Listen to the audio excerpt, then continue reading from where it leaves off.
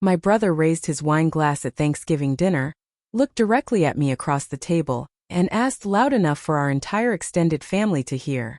"So Bianca, what's it like being a penniless veteran while the rest of us actually built something with our lives?" The table went quiet, waiting for my reaction, expecting the same quiet embarrassment I'd swallowed at nearly every family gathering for the past 6 years. What my brother didn't know, sitting there so pleased with himself, was that I'd closed a $14 million federal contract that same morning. Stick with me because what I did next didn't just answer his question. It ended permanently. A decade of him assuming my service meant I'd wasted my life. My name is Bianca Thorne. I'm 33 years old, and I served 8 years in the United States Army, including 2 deployments, before an injury during my second tour ended my active service earlier than I'd planned. I came home with a Purple Heart, a permanent limp in cold weather, and a family that had spent those 8 years quietly, consistently framing my military career as a disappointing detour rather than the deliberate, meaningful choice it had always genuinely been for me.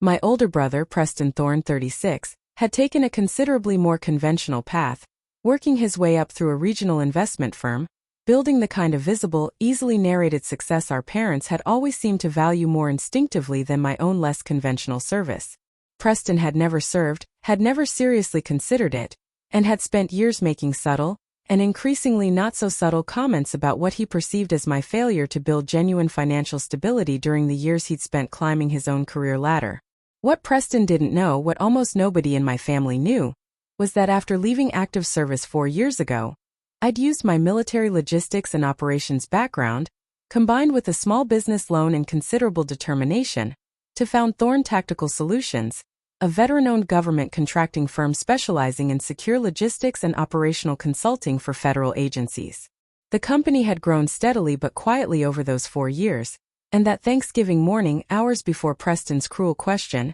I'd finalized a $14 million contract with a federal agency, the largest single deal in my company's history. I deliberately kept my professional success private from my family, partly out of genuine humility, partly because I'd learned, painfully, that revealing details about my life often simply became fuel for Preston's competitive comparisons rather than genuine celebration. That Thanksgiving, though, his casual cruelty in front of our entire extended family finally convinced me it was time to stop protecting him from the truth. To understand why Preston's question cut so deeply, you have to understand the decade of quiet family disapproval that had shaped my relationship with military service from the very beginning. I enlisted at 19, immediately after high school, a decision that genuinely surprised my family, who had always assumed I'd follow a more conventional path toward college and a traditional career, similar to the trajectory Preston had already begun pursuing at that point. My parents, Walker and Marlene Thorne, never explicitly forbade my enlistment,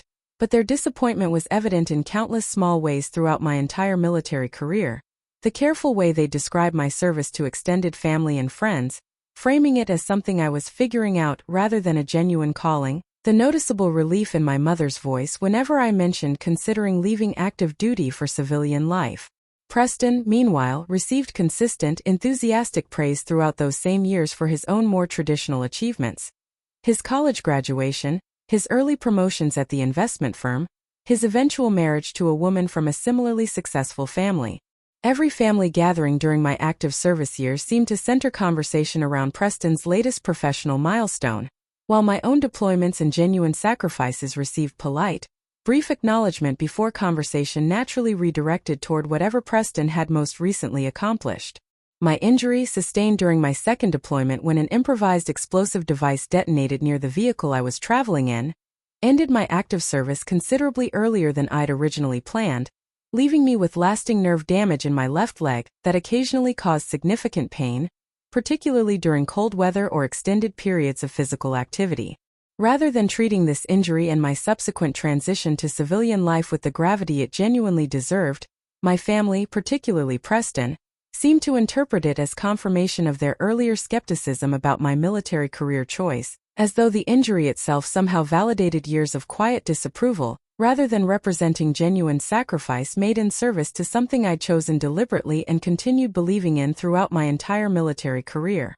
By the time I transitioned fully to civilian life 4 years ago, Preston had already established a comfortable pattern of subtle comparison and dismissal that I'd simply learned to absorb quietly at family gatherings, understanding, painfully, that genuine defense of my choices rarely changed his fundamental perception of my life as somehow less successful or meaningful than his own more conventional path. After my medical discharge, I spent nearly a year processing both the physical adjustment to my injury and the considerably more complicated emotional adjustment to civilian life after 8 years of military structure and purpose. During that year, I lived modestly, working through physical therapy, while considering what genuine next steps might look like for someone whose original career plans had been permanently altered. I eventually connected with Everett Solis, a retired Army logistics officer I'd served alongside during my first deployment, who had transitioned to civilian life several years earlier and built modest but genuine success consulting for private companies navigating federal contracting requirements. Everett, recognizing both my genuine talent for operational logistics and my need for meaningful purpose during that difficult transition period,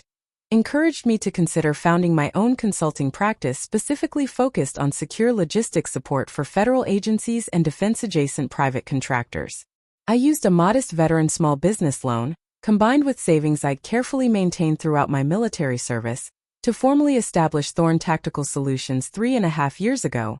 initially operating out of a small office space with Everett serving as my first employee and closest professional advisor throughout those early, uncertain months. Growth came steadily rather than dramatically during those early years, built through careful relationship cultivation within federal contracting circles, a reputation for genuine reliability and operational excellence that gradually distinguished my small firm from considerably larger, more established competitors. I hired additional veterans as the company grew, building a team that genuinely understood both the technical requirements and the particular operational culture federal agencies valued in their logistics partners. I made a deliberate choice throughout this entire period of building genuine professional success to maintain considerable privacy regarding my company's actual scope and financial performance when discussing my career with family, particularly with Preston. I'd learned through painful experience during my military years that sharing genuine achievements with my family often simply provided Preston additional material for competitive comparison, rather than generating the kind of genuine celebration most families naturally extend toward each other's success. By the time Thanksgiving arrived that year, Thorn Tactical Solutions had grown into a company generating several $1 million in annual revenue, employing 14 people, the majority of them fellow veterans building genuinely meaningful post-service careers, entirely unbeknownst to the family who had spent years quietly assuming my life had amounted to considerably less than Preston's more conventionally visible success. The morning of that particular Thanksgiving, I'd been finalizing negotiations on what would become the largest contract in my company's history, a $14 million agreement with a federal logistics agency that Everett and I had been carefully developing over nearly 8 months of detailed proposal work and relationship building. I received formal confirmation of the contract's approval roughly 2 hours before I needed to leave for my parents' house, sitting alone in my home office experiencing a genuine, quiet moment of professional triumph that felt considerably more meaningful given how carefully I'd built this success without any of the family support or encouragement Preston had received throughout his own more conventional career trajectory. I called Everett immediately to share the news, both of us genuinely emotional discussing what this contract would mean for our company's continued growth, for the additional veteran employees we'd now be able to hire, for the stability and genuine purpose we'd built together from nothing over the past 3.5 years. I drove to my parents' house that afternoon carrying a private, quiet satisfaction I hadn't experienced in quite this specific way before,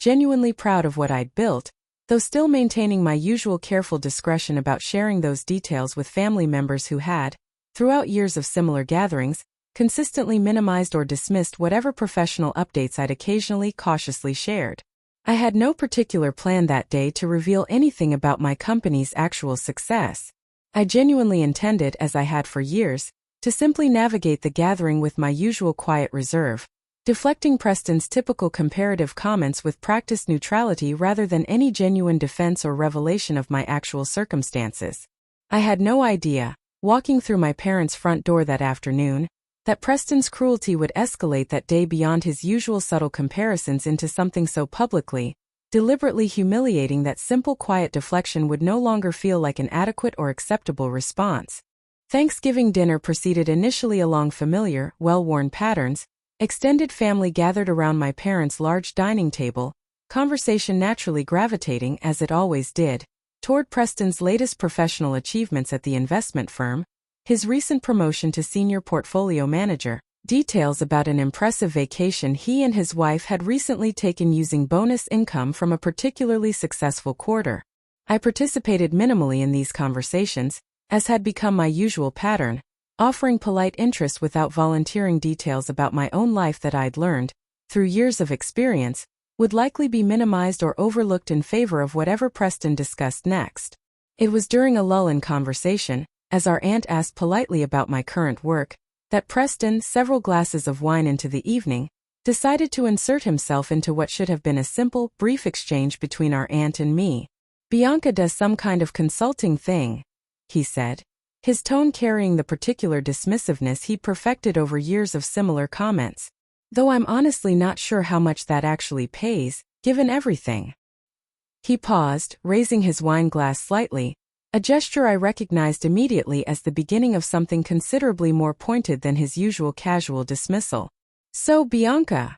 he continued, loud enough that conversation around the entire table naturally quieted to listen, "what's it like being a penniless veteran while the rest of us actually built something with our lives? I mean, genuinely, I'm curious. Was it worth giving up your 20s for a paycheck that barely covers rent, just to come back with a bad leg, and no real career to show for it?" The table fell into uncomfortable silence, several relatives exchanging awkward glances, clearly recognizing this comment had crossed considerably further than Preston's usual pattern of casual, dismissive comparison. I felt my face flush, not with the familiar embarrassment I'd absorbed at previous gatherings, but with something considerably sharper, more decisive. I set down my fork carefully, taking a moment to consider exactly how I wanted to handle this particular moment, understanding clearly that whatever I said next would fundamentally shift the dynamic that had defined my relationship with Preston throughout our entire adult lives. "You want to know what it's like?" I said finally, my voice steady despite the genuine anger simmering beneath my calm exterior. "It's demanding and difficult, and occasionally terrifying, and more meaningful than anything I've ever done. And this morning before I drove here, I finalized a $14 million federal contract for my company, the largest deal we've closed since I founded Thorn Tactical Solutions 3.5 years ago." The table's silence deepened considerably, several relatives' expressions shifting from uncomfortable to genuinely stunned as they processed what I just revealed, information that clearly contradicted whatever assumptions Preston's dismissive framing had encouraged them to hold about my post-military life. "I employ 14 people," I continued, my voice gaining confidence as I finally allowed myself to speak the truth I'd spent years carefully protecting from exactly this kind of dismissive family narrative. "Most of them fellow veterans, building genuinely meaningful careers after their own service. My company generated several $1 million in revenue last year alone.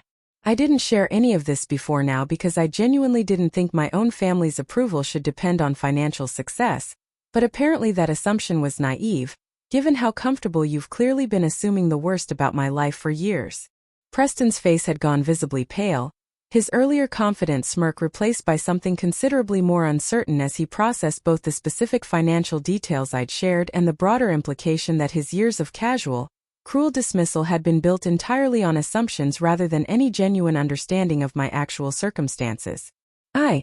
didn't know," he stammered, clearly struggling to reconcile this new information with the narrative he'd apparently constructed and maintained throughout years of family gatherings. "No," I said quietly, "you didn't. Because you never actually asked, genuinely curious about my real life. You just assumed and then built years of casual cruelty on top of that assumption, without ever once considering you might be wrong." The remainder of that Thanksgiving dinner unfolded with a tension considerably different from the familiar dynamic that had defined previous gatherings. Extended family members now asking genuine, curious questions about Thorn Tactical Solutions, about my military service, about the actual details of a life they'd apparently understood far less accurately than they'd previously assumed. My mother, visibly emotional throughout this shift in conversation, asked several questions about my company with a genuine curiosity I hadn't experienced from her in years, admitting quietly, at one point, that she'd never fully understood the scope of what I'd built after leaving active service,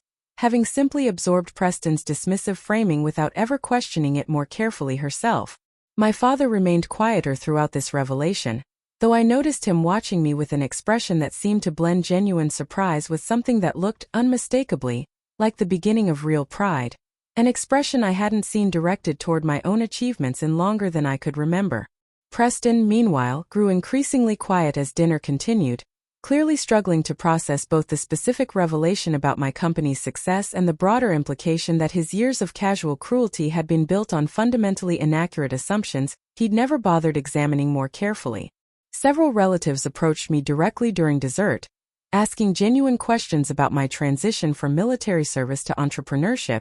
about the challenges of federal contracting, about my experience building a company specifically focused on employing fellow veterans. The genuine curiosity and respect in these conversations felt considerably different from years of polite but ultimately dismissive interest I'd grown accustomed to receiving at similar family gatherings. I didn't feel triumphant, exactly, watching this shift unfold around that dinner table. I felt, mostly, a complicated mixture of relief at finally revealing a truth I'd protected for years, and genuine sadness that it had required this particular kind of public confrontation to finally generate the curiosity and respect my actual life and choices had always genuinely deserved from my own family. The weeks following that Thanksgiving dinner forced Preston into a reckoning considerably more uncomfortable than he'd likely anticipated when he'd raised his wine glass that afternoon, expecting, presumably, the same quiet embarrassment I'd absorbed at countless previous family gatherings. Word of the revelation spread quickly through our extended family circle,